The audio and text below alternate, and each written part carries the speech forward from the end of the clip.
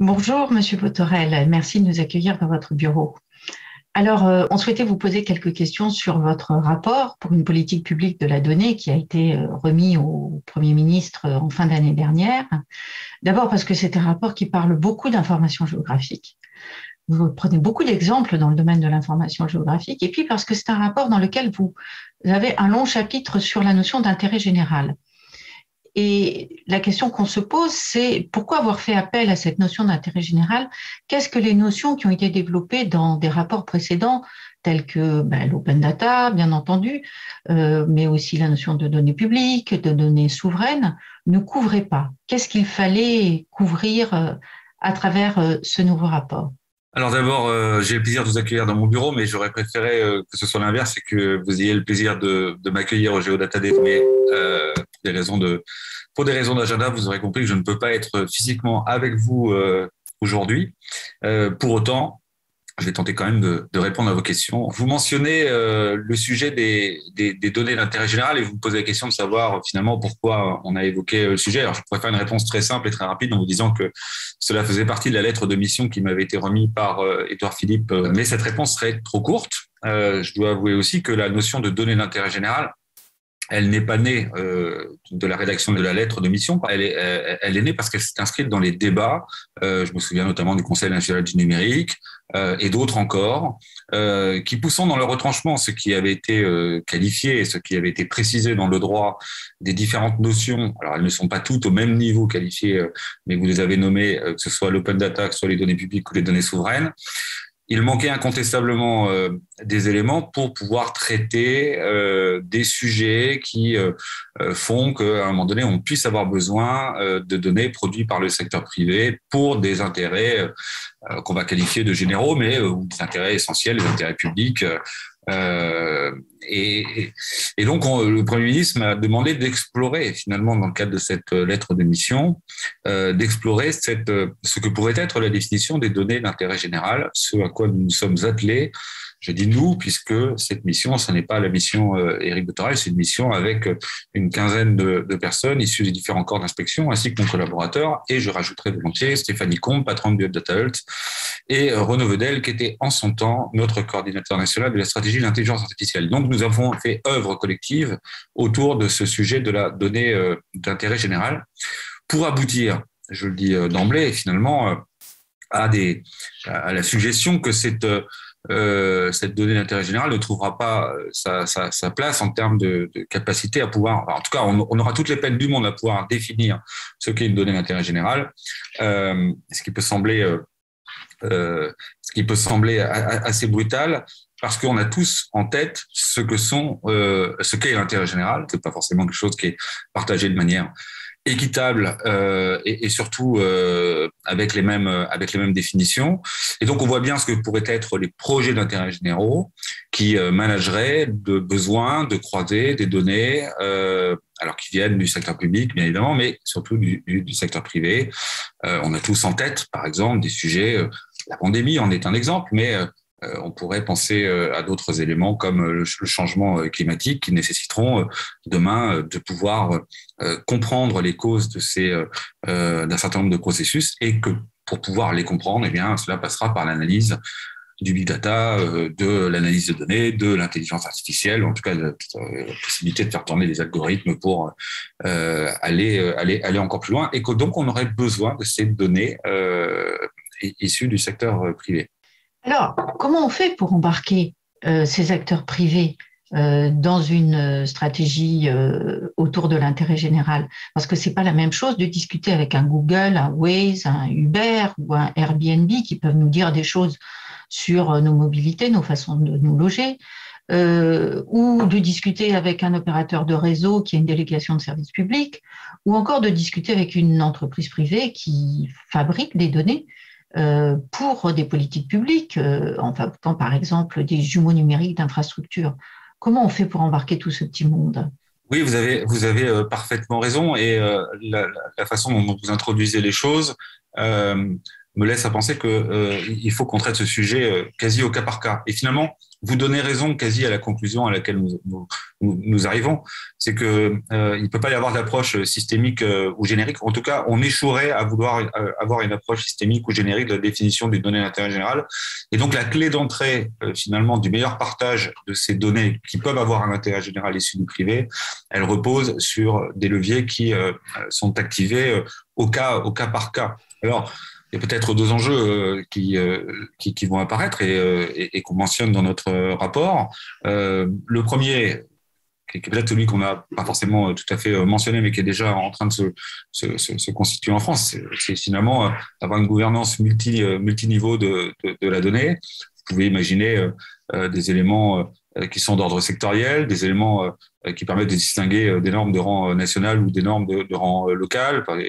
On voit assez bien qu'il y a un certain nombre de choses qui ont été écrites, notamment pour les collectivités et les collectivités territoriales, qui sont appliquées ou qui ne le sont pas, mais qui demandent à l'être un peu plus. Hein. Je pense notamment quand on contractualise au travers d'une DSP ou d'une concession, il y a bien des éléments issus de la loi Le Maire, entre autres, qui permettent à la collectivité de formuler en fait le droit à accéder aux données qui sont ainsi générées par celui qui exerce le contrat pour lequel on l'a missionné.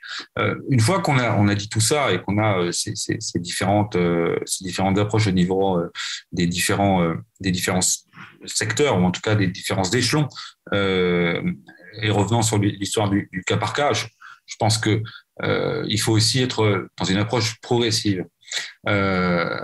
Le dernier étage de la fusée, ça peut être la contrainte, ça ne peut pas être la règle. On a déjà dans notre droit un élément qui permet à la puissance publique de réquisitionner les biens et les services. Nous avons formulé le souhait qu'on puisse y intégrer les données. Mais évidemment, ça ne se fait pas tous les 4 matins et ça se fait dans des conditions bien particulières. Et donc, ça ne règle pas le problème du tout venant. Et pour le tout venant, la logique sur laquelle on a formulé nos propositions, c'est plutôt celui de l'incitation.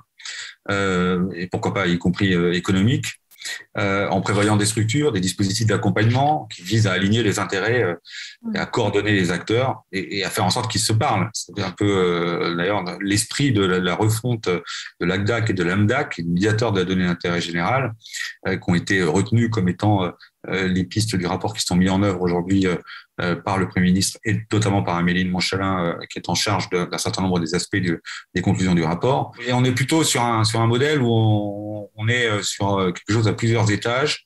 D'abord, distinguer peut-être les notions de gouvernance et puis ensuite regarder les modalités selon lesquelles on peut inciter à ce partage. Mais je ne crois pas à une règle. D'abord, si on prend les choses dans le bon sens, dans la mesure où on échoue à la définition de quelque chose qui permettrait de trouver sa place dans notre droit avec une définition robuste, on se résout donc à traiter le sujet avec plusieurs clés d'entrée. Et c'est pour ça que je vous parle à la fois des modalités à la fois de gouvernance et après d'un point de vue plus de mise en œuvre ou de praticité, ces éléments qui consistent à regarder les choses de manière progressive.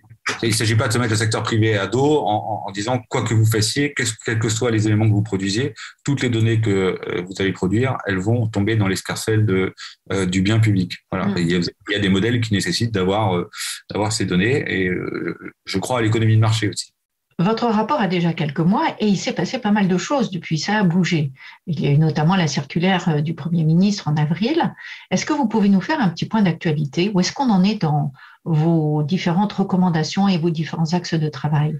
Alors oui, je vais le faire avec beaucoup de plaisir parce que le Premier ministre nous a confié la mission en même temps qu'il recevait les préconisations et les recommandations qui étaient les nôtres, un peu plus de 30.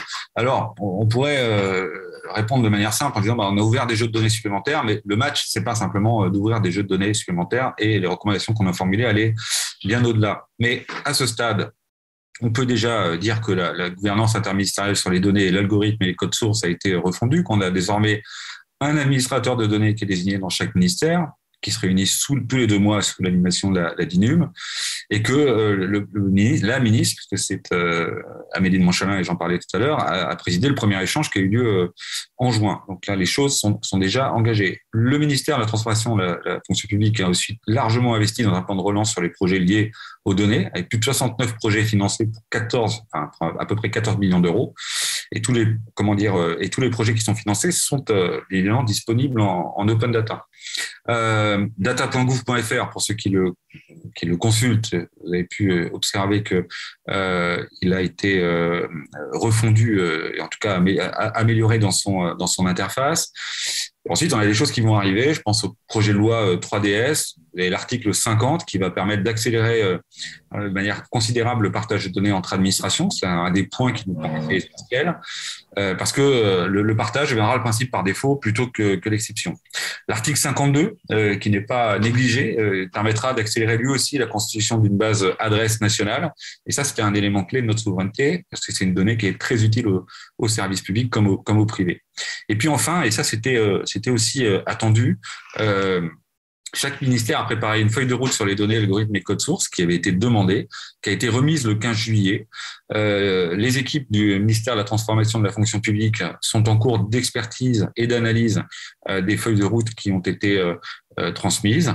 Et deuxième quinzaine de septembre, les feuilles de route seront rendues publiques. Alors après, je l'ai dit tout à l'heure, on aurait pu se contenter simplement de faire l'inventaire des jeux de données qui n'étaient pas ouverts et puis de finir d'ouvrir ceux qui n'étaient pas encore. Enfin, il y en avait quand même. Et donc, il n'était pas question de passer à côté. Et donc, on a des ouvertures de jeux de données ou d'API ou de code source qui sont en cours. Je vais citer ici les permis de construire, les fichiers fonciers de personnes morales, les données sur les établissements scolaires, les prix des contrôles techniques. Et il y en a bien plus que ça, parce que déjà, dès février, il y avait eu un certain nombre de jeux de données qui avaient été ouverts de manière assez spontanée après la remise du rapport. Ensuite, je disais tout à l'heure, la préfiguration d'un rôle de médiation. On est plutôt sur un calendrier d'ici la fin de l'année pour vérifier que tout ça est conforme à l'idée qu'on se fait que ça pourrait être utile aller plus loin sur le sujet de l'intérêt général. Alors, dernière question, parce que nous avons peu de temps, mais on pourrait discuter pendant longtemps, c'est est-ce que vous êtes confiant ou est-ce que vous pensez que vont être les principaux freins à cette mise en place d'une véritable politique publique de la donnée ? Non pas par optimisme béat ou par construction lente, je suis plutôt confiant en général, mais la confiance, ça se décrète pas, ça s'entretient et ça se construit. Et la confiance, elle s'entretient que si on a des actes qui permettent de mesurer que les choses évoluent. On est plutôt sur une très bonne trajectoire. Est-ce que pour autant c'est gagné d'avance?